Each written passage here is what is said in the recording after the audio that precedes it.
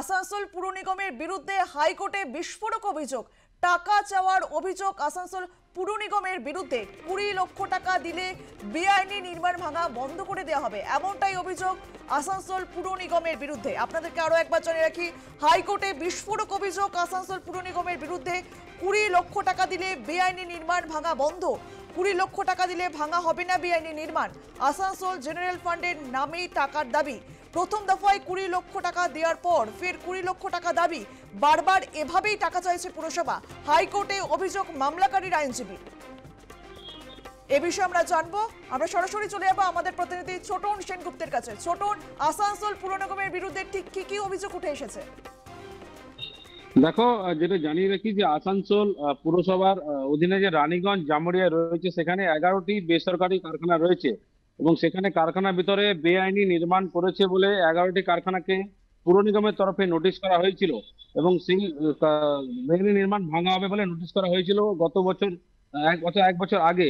কিন্তু তারপরে দেখা যায় যখন অভিযানে জুলাই মাস থেকে যখন অভিযান শুরু করে, জুন জুলাই থেকে যখন অভিযানে যায় বুলডোজার নিয়ে, তখন দেখা যায় যে কারখানা কর্তৃপক্ষের তরফে বলা হয় যে জরিমানা দেওয়া করা হয় এবং সেই জরিমানা বাবদ তারা 20 লক্ষ টাকা করে কয়েকটা কারখানা দিয়েছে এবং সেই কারখানার একটি কারখানা তারা হাইকোর্টে মামলা করেছিল এবং সেই মামলা আজকে যখন হাইকোর্টে শুনানি হয়, তখন বিচারপতি প্রশ্ন তোলেন যে কিভাবে বেআইনি নির্মাণ টাকা নিয়ে আইনি হয়ে যায়, সেই প্রশ্ন তোলেন এবং 20 লাখ টাকা দিলেই কি সেটা আইনি হয়ে যায় এবং কোন কোন জেনারেল ফান্ডের নামে কেন এই টাকা নেওয়া হচ্ছে এবং বারবার কেন টাকা চাওয়া হচ্ছে, একাধিক প্রশ্ন তোলেন এবং মামলাকারীকে বলেন আসানসোল পুর নিগমের বিরুদ্ধে এফআইআর করতে এবং আগামী সোমবার এই মামলার জরুরি শুনানির নির্দেশ দিয়েছেন বিচারপতি। তবে প্রশ্ন অবশ্যই উঠছে যে কেন টাকা চাওয়া হচ্ছে? যখন একটা বেআইনি নির্মাণ করেছে, তাহলে সেই বেআইনি নির্মাণকে যখন ভাঙতে গেল, তাহলে কেন ভাঙলো না? পুরসভার ভূমিকা নিয়েও কিন্তু প্রশ্ন উঠেছে। যদিও এই প্রসঙ্গে আসানসোলের মেয়র বিধান উপাধ্যায় যারা জানিয়েছেন যে এমন কোনো নির্দেশ হাইকোর্ট থেকে আসেনি, তারা জানেন না।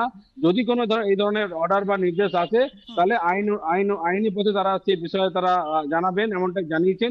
তবে মেয়র যারা জানিয়েছেন যে 11টি কারখানাকে নোটিশ করা হয়েছিল এবং তারা যখন সেখানে ভাঙতে যায় পুরসভা, তারাই নিজেরাই কিন্তু বলেছিল যে তারা ক্ষতিপূরণ দেবে, অর্থাৎ জরিমানা দেবে এবং সেই হিসাবে কিন্তু টাকা নেওয়া হয়েছিল, কোনো কারো কাছ থেকে জোর করে নেওয়া হয়নি। তবে তাহলে কেন তারা হাইকোর্টে গেলেন, এই নিয়ে তিনি প্রশ্ন করেছেন। তবে আসানসোলের প্রাক্তন মেয়র তথা বিজেপি নেতা জিতেন্দ্র তিওয়ারি তিনি বলেছেন যে এই বিষয়টি আমরাই প্রেস মিট করে, অর্থাৎ সাংবাদিক বৈঠক করে নজরে এনেছিলেন এবং এখন যেটা চলছে সেটা পুরোটাই নাটক। অর্থাৎ কর্পোরেশন এবং যে মামলা করেছে তাদের নাটক চলছে, কারণ এক পক্ষে যখন তারা জরিমানা দিচ্ছেন, কোর্টে গিয়ে তারা সেটাকে স্টে অর্ডার করাবেন, এমনটাই তিনি মন্তব্য করেছেন। তবে সোমবার পরবর্তী শুনানি রয়েছে। তবে ইতিমধ্যেই কর্পোরেশনের তরফে বৈঠক করা হয়েছে, জরুরি বৈঠক। এই যে আজকে যে হাইকোর্টে শুনানি হয়েছে, সেই পরিপ্রেক্ষিতে তারা বৈঠক করেছেন এবং আইনি যারা পরামর্শ রয়েছেন তাদের কাছ থেকে আইনি পরামর্শ নিচ্ছেন যে আগামী দিনে কিভাবে তারা করবেন। তবে এখনো পর্যন্ত যেটা মেয়র জানিয়েছেন, কোনো নোটিশ আসেনি। নোটিশ এলে তার আইনি পথে তিনি জবাব দেবেন। ছোটন, অভিযোগকারী বলেন যে প্রথম দফায় 20 লক্ষ টাকা দেওয়ার পর ফের 20 লক্ষ টাকা দাবি, এমনটাই অভিযোগ করা হয়েছে।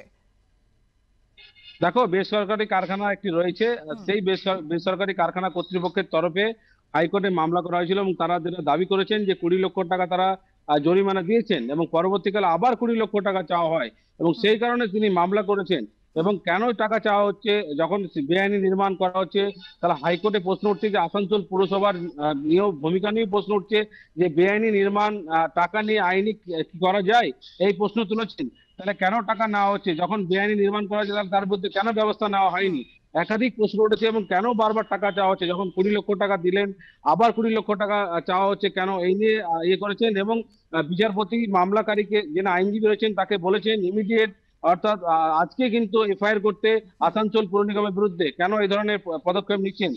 এবং আগামী সোমবার এই মামলা জরুরি শুনানি তিনি করেছেন এবং দেখার সোমবারে কি নির্দেশ দেন হাইকোর্টের বিচারপতি, সেই দিকে কিন্তু নজর রয়েছে। ছোটন, যার বিরুদ্ধে অভিযোগ সে কি শাসক দলের কেউ, কি জানতে পারছে বিষয়? দেখো, এটা অভিযোগ হচ্ছে আসানসোল পুরসভা এবং আসানসোল পুরসভা কিন্তু তৃণমূল পরিচালিত পুরসভা, এটা তৃণমূলের বোর্ড রয়েছে।